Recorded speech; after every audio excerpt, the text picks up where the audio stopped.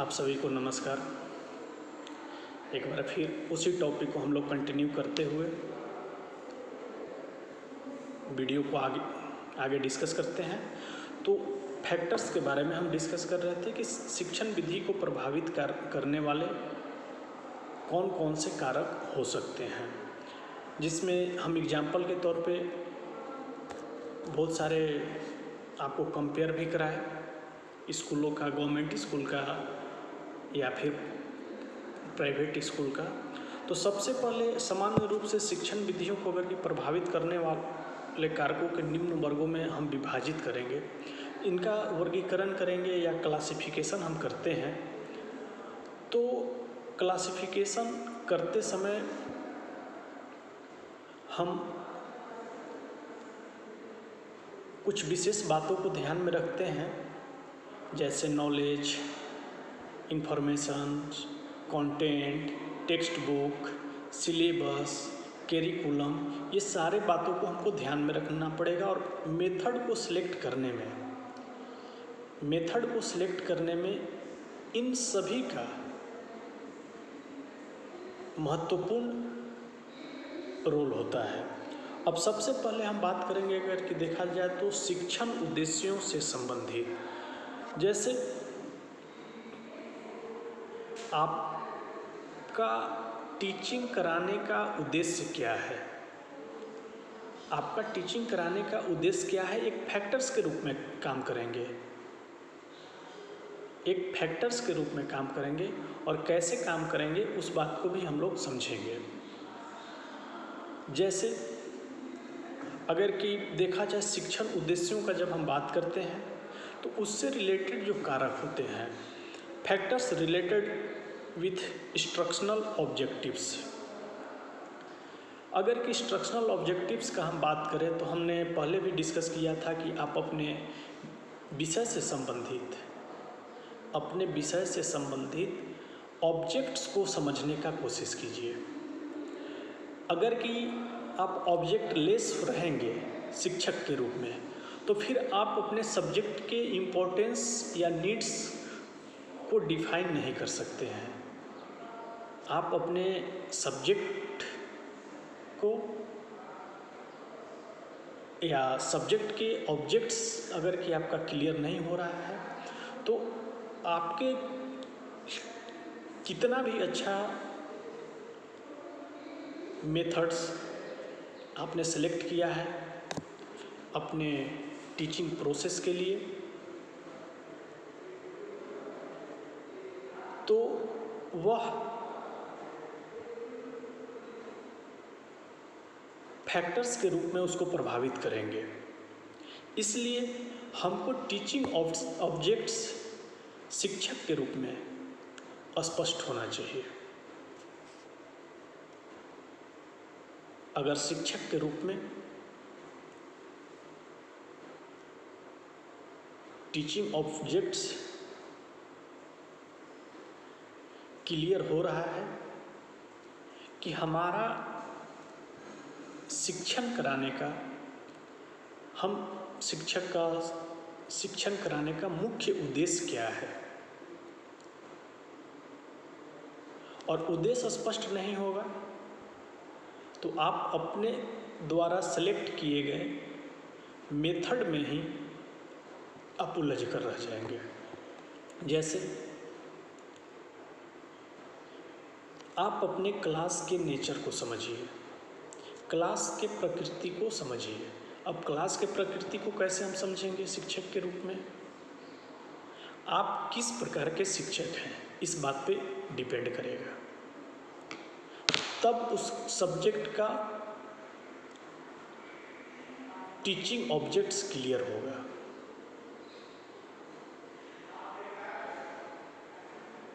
अगर आप उस सब्जेक्ट का टीचिंग ऑब्जेक्ट्स नहीं समझ पा रहे हैं, अपने क्लास का नेचर नहीं समझ पा रहे हैं, तो वह एमलेस हो जाएगा, ऑब्जेक्ट लेस हो जाएगा।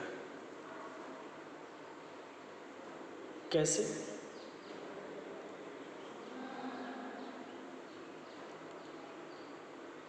इसके लिए हम अपने सब्जेक्ट का ऑब्जेक्ट्स को समझेंगे और अपने क्लास के नेचर को समझेंगे। सबसे पहले तो क्लास के नेचर में हम ये समझते हैं कि मेरा क्लास एकेडमिक क्लास है या मेरा क्लास कॉम्पिटिटिव क्लास है। आप एकेडमिक क्लास के टीचर हैं या आप कॉम्पिटिटिव क्लास के टीचर हैं।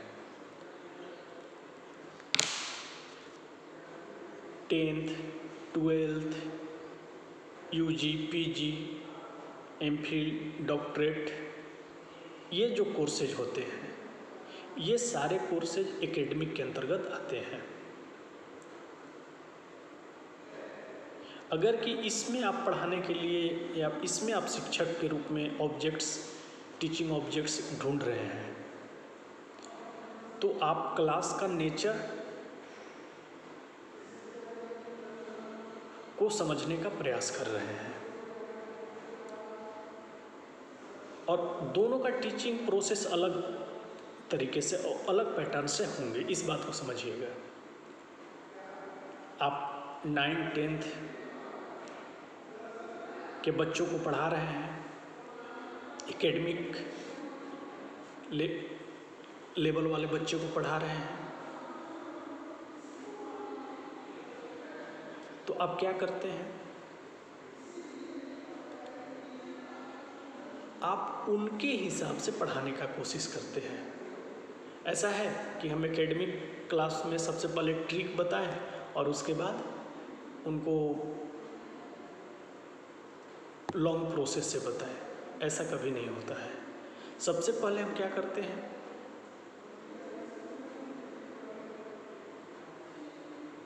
कि बच्चों को पहले लॉन्ग प्रोसेस बताएं, उनको पहले समझाएं, उसके बाद हम उनको ट्रिक समझाने का कोशिश करें। कॉम्पिटिटिव में इसका जस्ट अपोजिट होता है।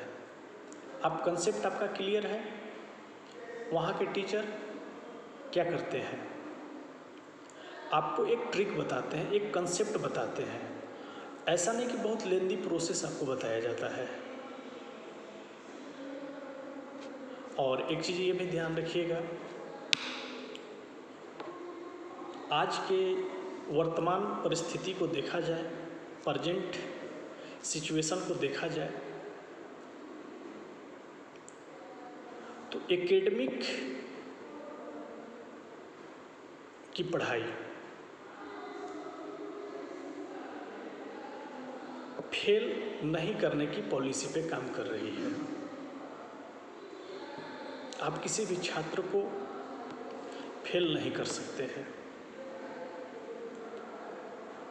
लेकिन कॉम्पिटिटिव का पढ़ाई किस तरह का काम हो रहा है, आप किसी को पास नहीं कर सकते,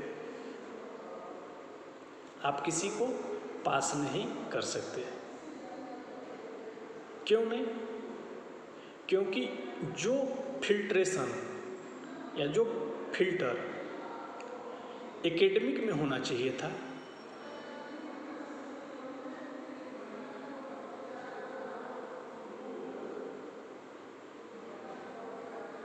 वह फिल्ट्रेशन कॉम्पिटिटिव में करना पड़ रहा है।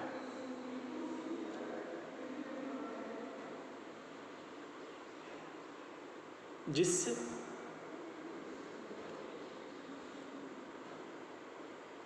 कॉम्पिटिटिव पढ़ाई धीरे धीरे टफ होते जा रहा है और एकेडमिक पढ़ाई को आसान बनाया जा रहा है।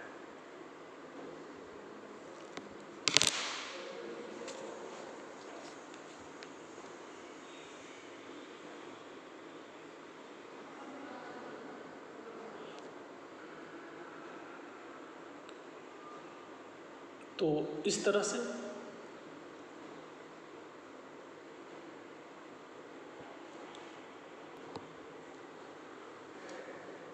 से टीचिंग ऑब्जेक्ट्स हमको क्लियर करना होगा। शिक्षण उद्देश्यों को क्लियर करना होगा।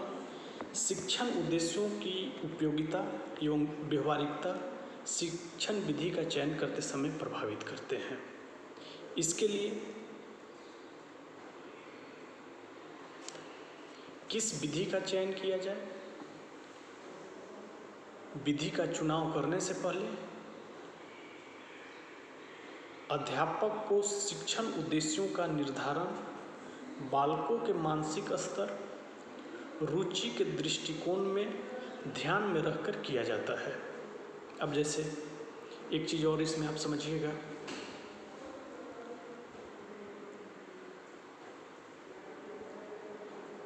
हमने पहले भी बताया है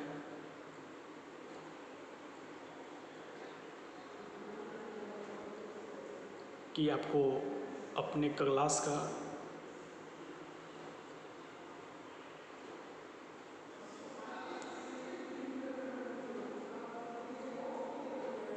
नेचर को समझना अति आवश्यक है। अगर आप अपने क्लास के नेचर को नहीं समझ पा रहे हैं तो आपको क्लास लेने में या शिक्षण विधि को चुनाव करने में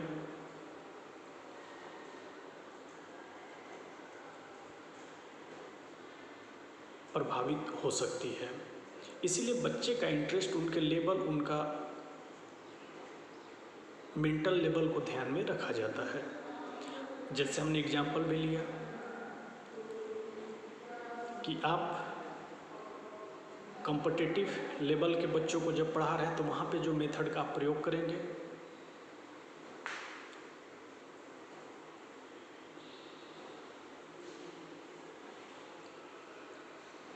वहाँ पे जिस विधि का आप चयन करेंगे, और एकेडमिक में आप अगर के बच्चों को पढ़ा रहे हैं तो वहाँ पे आप जिस विधि का प्रयोग करेंगे, दोनों में काफ़ी असमानताएं होती हैं। इसीलिए हम शिक्षण उद्देश्यों को स्पष्ट कर लेते हैं, टीचिंग ऑब्जेक्ट्स को स्पष्ट कर लेते हैं कि मेरा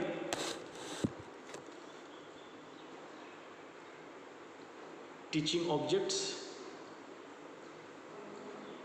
किस तरह का टीचिंग ऑब्जेक्ट्स का नेचर है, किस तरह के बच्चों को हम लर्निंग प्रोसेस कराने का कोशिश कर रहे हैं।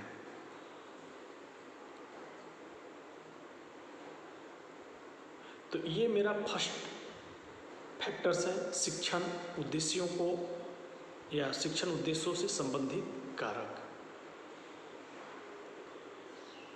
सेकेंड, विषय वस्तु से संबंधित कारक, फैक्टर्स रिलेटेड विथ कंटेंट।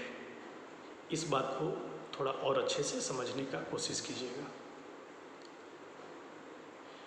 विषय वस्तु ही वह साधन है जिसका संप्रेषण शिक्षण का मूल आधार होता है। अब जैसे किसी भी टीचिंग प्रोसेस को कराने के लिए, किसी भी अधिगम प्रक्रिया को कराने के लिए मुख्य सोर्स क्या है, मेन सोर्सेज क्या है आपके पास? अगर कि शिक्षक के रूप में आपसे पूछा जाए तो मेन सोर्सेज के रूप में आप देखेंगे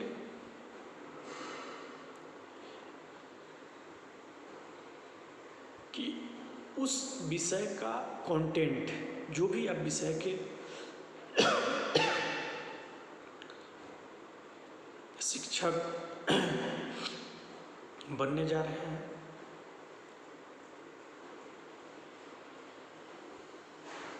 उस विषय का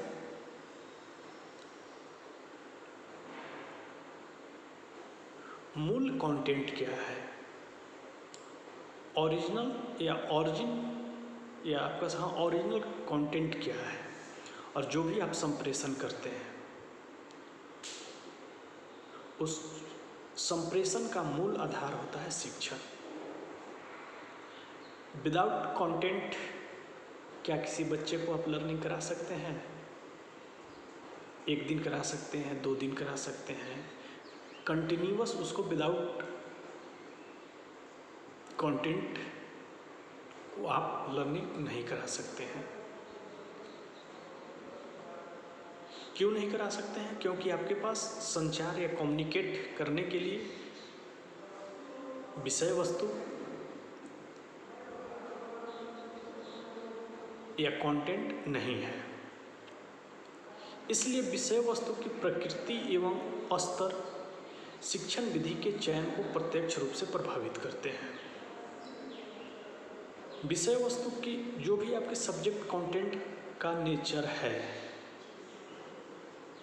उसके लेवल को भी टीचिंग मेथड के सिलेक्शन में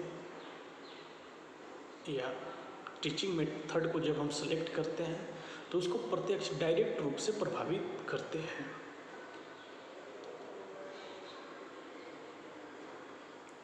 कैसे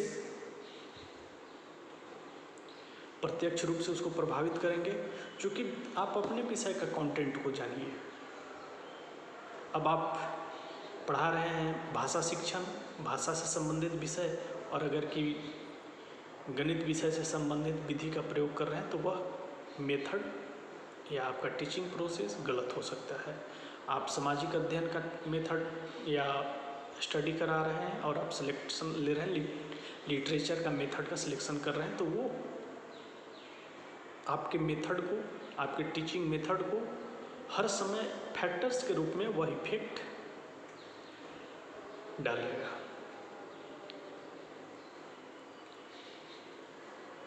इस तरह से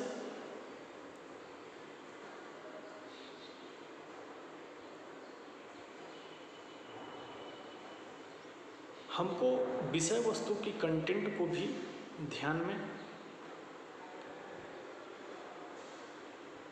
रखना है। इसलिए विद्यालय पाठ्यक्रम क्रिया केंद्रित अथवा करके सीखने तथा अनुभव द्वारा सीखने के सिद्धांतों पर आधारित होते हैं। जो भी करिकुलम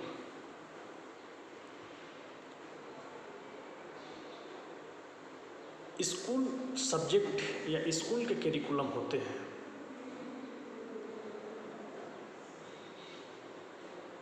वह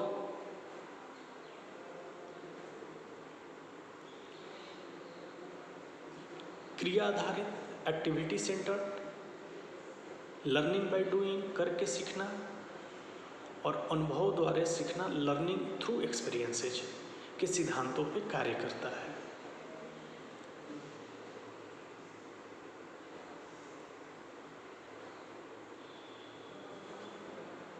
अक्सर स्कूली एजुकेशन में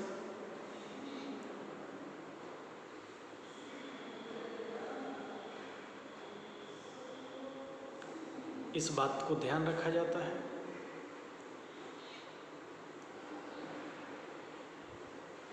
कि उनके करिकुलम क्रिया केंद्रित करके सीखने और अनुभव द्वारा सीखने पर अधिक बल दिया जाता है।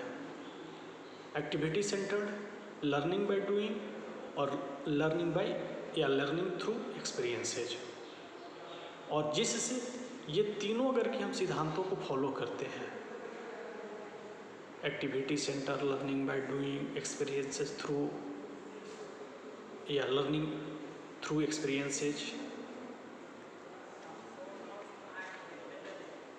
यह तीनों सिद्धांतों पर आधारित होता है, जिससे बालकों का अधिगम अधिक से अधिक हो सके और आपके सिलेक्शन में, आपके टीचिंग मेथड के सिलेक्शन में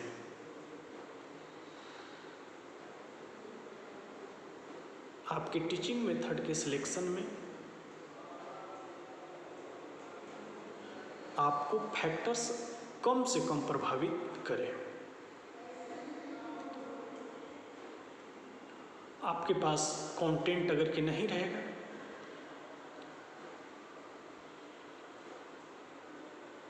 सब्जेक्ट कंटेंट के रूप में आपके पास सिलेबस नहीं रहेगा, तो आप किसी भी करिकुलम को, किसी भी पाठ्यक्रम को इफेक्टिव लर्निंग या इफेक्टिव लर्निंग प्रोसेस आप बच्चों को नहीं करा सकते हैं। इफेक्टिव लर्निंग प्रोसेस आप बच्चों को नहीं करा सकते हैं। क्यों नहीं करा सकते हैं? क्योंकि आपके पास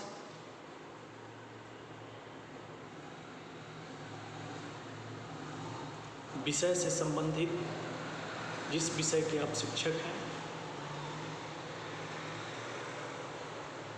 उसके कंटेंट आपके पास उपलब्ध नहीं है।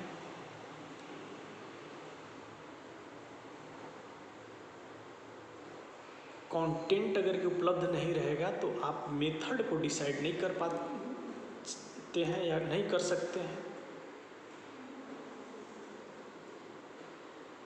और क्यों नहीं कर सकते हैं? क्योंकि आपके पास कोई करिकुलम, कोई सब्जेक्ट कंटेंट उपलब्ध नहीं। अगर कि हमारे पास सब्जेक्ट कंटेंट उपलब्ध रहेगा, स्कूल सब्जेक्ट में हम 3 सिद्धांतों पे फोकस करते हैं: activity centred, learning by doing और लर्निंग थ्रू एक्सपीरियंस। ये एकेडमिक एजुकेशन सिस्टम में हम बातें करते हैं। लेकिन यही अगर कि हमको कॉम्पिटिटिव या प्रतियोगिता परीक्षाओं के बच्चों के लिए करना पड़ेगा तो नॉलेज और इन्फॉर्मेशन का बात होना शुरू हो जाता है। तो इस तरह से